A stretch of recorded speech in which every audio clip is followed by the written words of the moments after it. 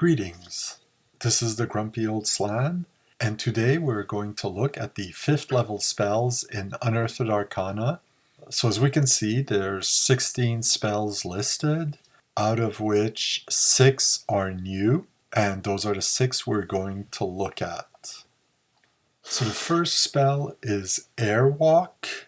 It will last 6 turns per level.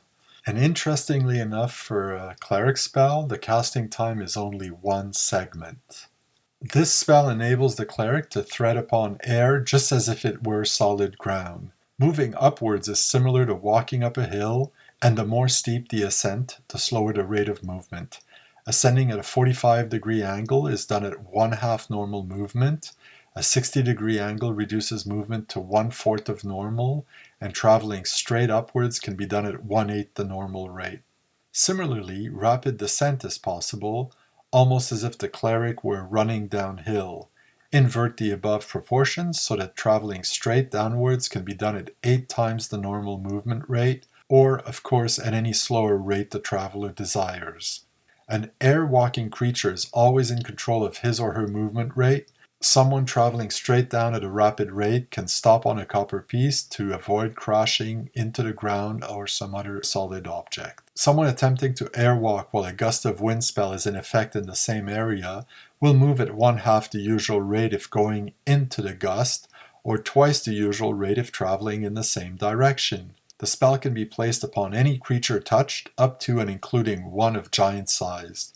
For example, the caster could place the spell upon a trained horse and ride it through the air. Of course, an animal not accustomed to such movement would panic, so the steed would certainly need careful and lengthy training. The material component for the spell are the Cleric's holy unholy symbol and a bit of thistledown. This is an interesting spell. I quite like it. What I find is that, contrarily to the Water Walk and Flame Walk spells, the Cleric can only affect one creature, and it doesn't matter how big the creature is.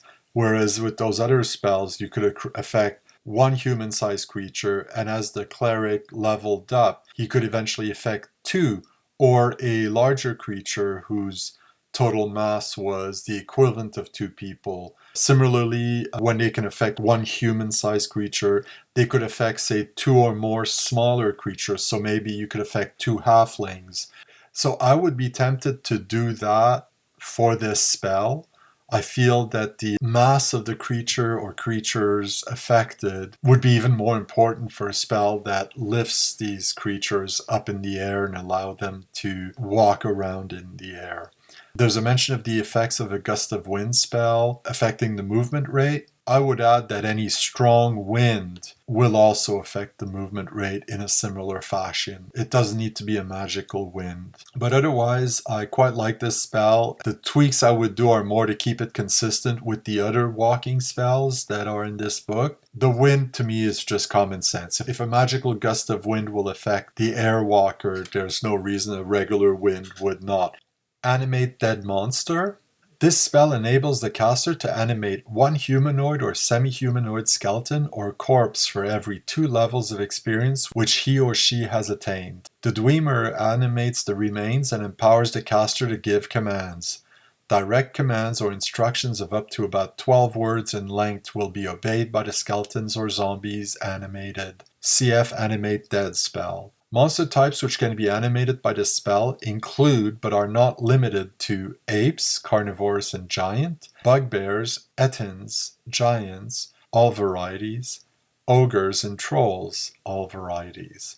In general, the remains must be of bipedal monsters of more than 3 hit dice, and with endoskeletons similar to those of humans, except in size, which must be greater than 7 feet in height.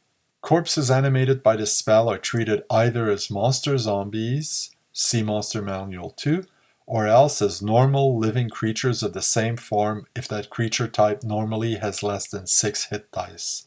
Skeletons animated by this spell are treated as monsters of half the hit dice, rounded up, of the normal sort. Animated monsters of either type receive their normal physical attacks, but have no special attacks or defenses other than those typically possessed by monster zombies or skeletons. The material components for the spell are the cleric's holy unholy symbol and a small specimen of the type of creature which is to be animated. So this is an interesting spell. It certainly gives the DM a path to the creation of undead variants that can be found in some modules. I know there's an ogre's skeleton, if my memory serves, on Bone Hill. What's interesting is there's no mention here about alignment, whereas the cause paralysis has a warning about clerics of good alignment maybe not being able to cast this spell. There's nothing mentioned here. I would argue that many deities, even some evil deities, may not allow their clerics to have this spell, whereas other deities will be happy to provide this spell to their clerics.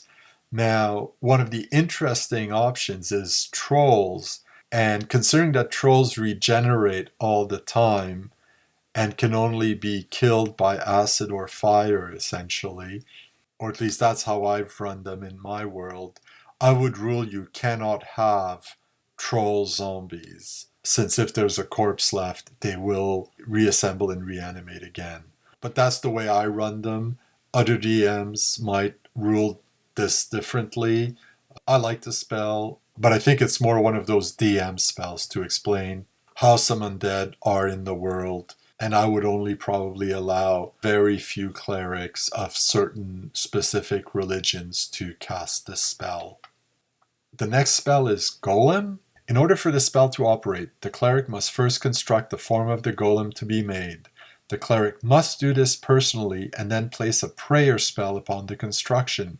All golems must be man-shaped and approximately man-sized, although they can be as small as 3 feet or as large as 7 feet tall. The sort of golem that can be created depends on the material used and the level of the cleric. At 9th or higher level, the cleric can create a straw golem. Construction time is 1 hour, duration thereafter is 1 hour per level. The golem has AC 10, movement 12 inches, HD 2 plus 4, 20 hit points, has 2 attacks causing 1 to 2 points of damage each. Its special defense is an immunity to piercing weapons and half damage from blunt weapons. Its carrying capacity is 30 pounds. The golem is highly susceptible to flame, taking double normal damage. At 11th or higher level, the cleric can create a rope golem. The construction time is 3 hours. Duration thereafter is 3 hours per level. The golem has an AC of 8, movement rate of 9, has 3 plus 6 hit points and 30 hit points, has 1 attack causing 1d6, plus strangulation, causing 6 points per round after scoring a hit until destroyed or caused to release its grip. A special attack is an immunity to blunt weapons, half damage from piercing weapons, and its carrying capacity is 40 pounds. At 13th or higher level, the cleric can create a leather golem. Construction time is 9 hours, duration thereafter is 6 hours per level. The golem has an AC of 6, a movement rate of 6 inches, has 4 plus 8 hit dice, 40 hit points, 2 attacks causing 1d6 of damage each, a special defense of +1 or better magic weapon needed to hit it. It takes half damage from blunt weapons, and its carrying capacity is 50 pounds. At 15th or higher level, the cleric can create a wood golem. The construction time is 27 hours. The duration thereafter is 12 hours per level. The golem has an AC of 4, a movement rate of 3 inches, has 5 plus 10 hit dice, 50 hit points, and has 1 attack causing 3 to 12 points of damage. As special defense, a +1 or better magic weapon is needed to hit it. It is immune to blunt and piercing weapons, and its carrying capacity is 60 pounds. These creations are collectively known as lesser golems to distinguish them from the golems described in the monster manual. Similar to their namesakes, these golems have no minds, so spells such as charm, fear, hold, sleep, and the like have no effect on them. The Dwemer of the Lesser Golem enables it to save as if it were a cleric of the same experience level as the one who created it. These golems cannot speak, but they can comprehend and carry out simple instructions involving no more than a dozen words. I quite like this spell. It has some very interesting possibilities. Everything from creating a guardian of some sort. Every golem mentions a carrying capacity, so it could be used to carry extra loot or other things out of a dungeon if the materials for the creation of a golem are available in the dungeon. It would be nice to get a bit of an idea of how much material is needed. I would certainly rule that if you have a 3 foot tall golem, it would have fewer hit points than if you have a 7 foot tall golem. There's not much else I would tweak about that other than varying the hit dice and hit points of golems based on their size. It's not mentioned here if the golems can manipulate weapons, but if they have a carrying capacity that presumes that they can carry things, and therefore I would allow a cleric to provide weapons to the golem. And on a side note, if people want to see some interesting golems in fiction, I would recommend reading Iron Council by China Mieville, which has a huge variety of golems that could inspire other variants for this spell. The next spell is Magic Font. This spell causes a holy unholy water font to serve as a scrying device. The spell will not function unless the cleric is in good standing with his or her deity. The basin of holy unholy water becomes similar to a crystal ball. See the Dungeon Master's Guide, Miscellaneous Magic Treasure section under Crystal Ball. For each vial of capacity of the basin of the font, the cleric may scry for 1 round. Thus, the duration of the magic font spell is directly related to the size of the holy unholy water receptacle. For the chances of a character being able to detect scrying, see the crystal ball's description in the Dungeon Master's Guide, and the text for the magic user spell Magic Mirror herein. The material components for this spell, the cleric's holy unholy symbol, and the font and its trappings are not exhausted by the use of the spell. Now again, this is another spell that I believe was introduced with the lay cleric. It's clearly a spell that must be used within a temple, since that, as far as I know, is the only place you can have a holy unholy water font. I would rule that a holy water font can only be created on consecrated ground within a temple. The other thing is that while it says that neither the symbol nor the font and its trappings are consumed by the spell, which seems reasonable, it doesn't say anything about the holy water, and it could be argued that the holy water will be consumed by the spell, but it could be ruled either way. This is an interesting spell, but it really can only be used under very specific circumstances and not while out adventuring. And on one last note, I will mention that for the cleric to receive a 5th level spell, it is through an emissary of his or her deity. And if he's not in good standing, he may just not receive the spell, period. I think that line is superfluous. That little quibble aside, this is a good spell and a useful one, mostly for world building and for specific scenarios. I can also see it being used for temples that have oracles or similar priests or priestesses. The next spell is called Rainbow. It has a duration of 1 round per level. In order to effect this spell, the cleric must be inside of a rainbow of any sort or have a special component, see below.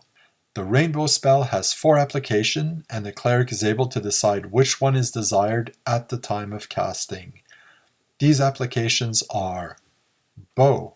The spell creates a shimmering, multi-layered bow of rainbow hues. It is light and easy to pull so that anyone with a strength of 6 or better can use it. It is magic, each of its missiles being equal to a +3 weapon, and there is no non-proficiency penalty for its use. However, it can only be employed by a member of a character class permitted to use a bow. The bow will fire 7 missiles before disappearing. It fires once or twice per round according to the user's desire. Each time a missile is fired, 1 hue leaves the bow, corresponding to the color of arrow that is released. Each color of arrow has the ability to cause double damage to certain creatures as follows. Red, fire dwellers and users, orange, earth elementals, yellow, vegetable targets, including fungus creatures, shambling mounds, tree ants, etc., green, aquatic creatures and water elementals, blue, aerial creatures, electricity-using creatures and air elementals, indigo, acid-using or poison-using creatures, violet, metallic or regenerating creatures. When the bow is drawn, an arrow of the appropriate color magically appears, nocked and ready. If no color is requested or a color that has already been used is asked for, then the next arrow in the order of the spectrum will appear. Bridge. The caster causes the rainbow to form a 7-hued bridge. The bridge is as many feet wide as the cleric has levels of experience, and it can bear as much weight in hundreds of pounds as the cleric has levels of experience. It will be at least 20 feet long and can be as long as 120 feet, according to the desire of the caster. If the bridge's weight limit is exceeded at any time, the bridge will simply disappear into nothingness. Otherwise, it will last for the length of the spell duration, or until ordered out of existence by the caster. Elevator. When desired, the caster can cause the rainbow to lift his or her person and all those within a 10-foot radius skyward. The effect is to carry the clerics and others, if any, on a path arching upward to as high an altitude as the cleric desires, and then down again if desired. Care must be taken to reach a place of safety before the spell duration expires, or the rainbow elevator will disappear, leaving those treading upon it with no means of support. Movement along the rainbow elevator is at a rate of 12 inches, and the arc of the rainbow trails out 12 inches behind those traveling upon it. Flagon. When used in this form, the rainbow swirls and condenses into a 7-colored vessel which contains 7 measures of pure water. Each time a measure of the water is poured out, one of the hues of the container mixes with it to produce a magical draught. Any measures of the liquid that remain unused at the expiration of the spell duration will disappear, along with the container itself. Whether the contents have been poured from the flagon or not, the draughts and their effects are: red, cure light wounds; orange, resist fire; yellow, cure blindness; green, slow poison; blue, cure disease; indigo, resist cold; violet, remove paralysis. The effects of each draught consumed will be as if the appropriate spell has been cast by a cleric of 12th level, and these effects will persist after the duration of the spell expires. The components for this spell are the cleric's holy unholy symbol and a vial of holy unholy water. If no rainbow is in the vicinity, the cleric can substitute a diamond of no less than 1,000 gold piece value, specifically prepared by him or her when inside of a rainbow by the casting of bless and prayer spells upon the gem. Only the holy symbol remains after the spell is cast. This is a very interesting spell. It's very powerful since you can choose one of 4 very powerful options for it, which I will discuss one at a time since it's almost like 4 different spells. The bow option clearly needs a fighter or thief or ranger to be allied with the cleric. Some DMs may want to rule that the user of the bow must be of the same religion as the cleric, or the deity will not grant the effects of the bow. Now, as powerful as it is, for most encounters you will end up with 6 arrows acting as +3 arrows, so you get a +3 to hit and +3 damage, which is quite significant. And you'll get 1 arrow likely to cause double damage to a given creature. If blue affects aerial creatures and green affects aquatic creatures, I might also be interested in using orange to affect burrowing creatures. Think of the purple worm or other such creatures that essentially spend their lives just tunneling through earth and never really leaving the earth except for very brief encounters with the surface. The next is the bridge. This is again quite useful, will allow the cleric to bring his or her party over a major obstacle, be it a river, a chasm, I like this. I can't really think of any tweaks that are needed. It seems quite good as it is. Elevator. It seems to only allow for vertical movement since it's an elevator, but it mentioned that the rainbow has an arc that trails out 12 inches behind those traveling upon it. The DM will have to decide how he wants to use this. Will creatures go up but then slowly go forward along a very large arc? Or will the characters only travel upwards and then have to find a means to move over horizontally once they're at that desired height? The flagon is interesting because it's essentially the creation of 7 potions. You have to consume them right away. I cannot imagine an uncontrived situation where all 7 would be useful within 1 round per level of the caster, like within 10 minutes or so of the rainbow vessel being created. On a side note, potions that recreate similar effects, so a potion of healing or a potion of fire resistance, etc., have the same colors as the ones provided here. Perhaps there's ways to make the potion permanent at an additional cost. And finally, I do want to discuss the material component. The rainbow is a material component of this spell because it is a needed thing. And a rainbow is technically material since it is made out of droplets of water in suspension in the air. And the description of the spell specifically states that only the holy symbol remains after the spell is cast. So does that mean that casting the spell will cause the rainbow to disappear? This is something the GM will need to rule on, since one of the consequences becomes that only one cleric can successfully cast a spell upon the appearance of a rainbow. The rainbow is a major constraint on this spell, but considering how powerful and versatile it is, it's one I'm perfectly willing to live with. The substitute of the diamond, which is very costly, is also, I feel, quite reasonable.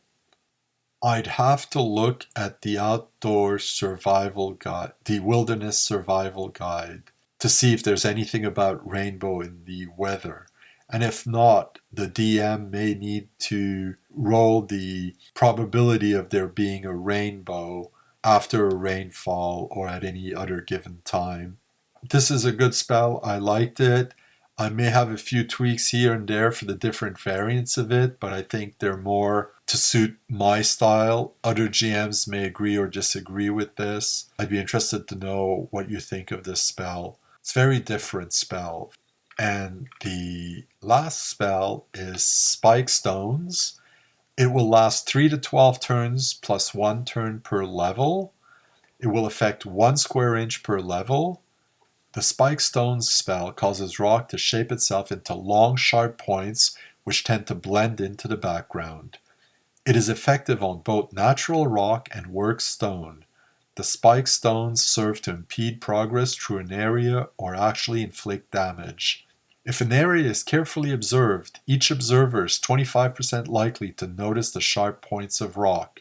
Otherwise, those entering the area of effect of the spell will suffer 1 to 4 points of damage from each spike stone that hits.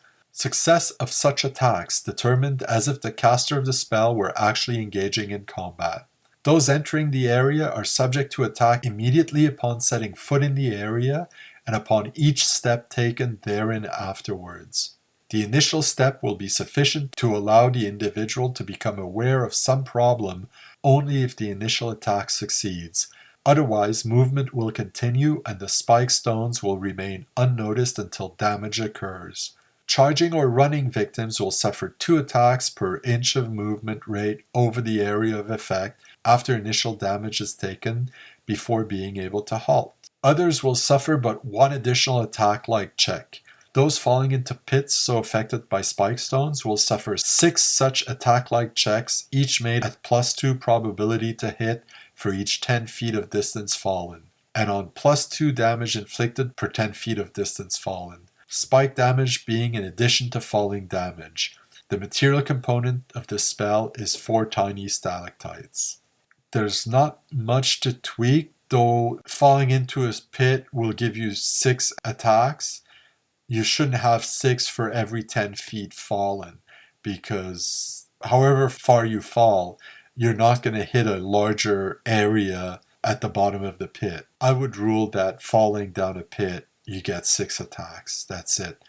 I'm willing to grant the +2 to hit for each 10 feet of distance fallen and the +2 damage per 10 foot of distance fallen, since the strength of the impact would affect those two things. But the number of attacks I don't think should be affected by the distance you have fallen.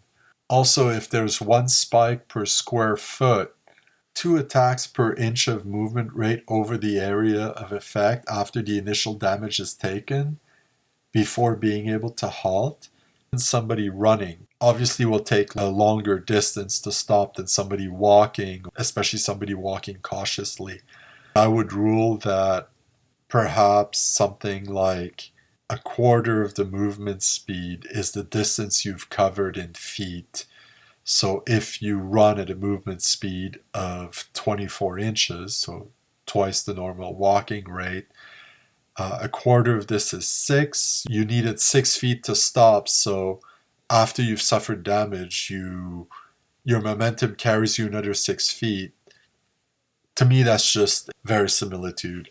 I would also rule that characters can take a large step or jump in order to reduce the amount of damage they might take as they try to leave the area affected by the spell.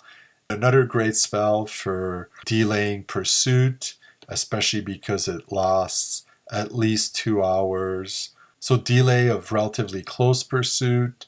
Also defense, a 1-inch square per level. That means you start with 9 square inches. So you could surround a small area. A sufficiently high enough level caster could create an area of 1 or 2 or 3 square inches within a surrounding barrier of spike stones that could help defend an encampment.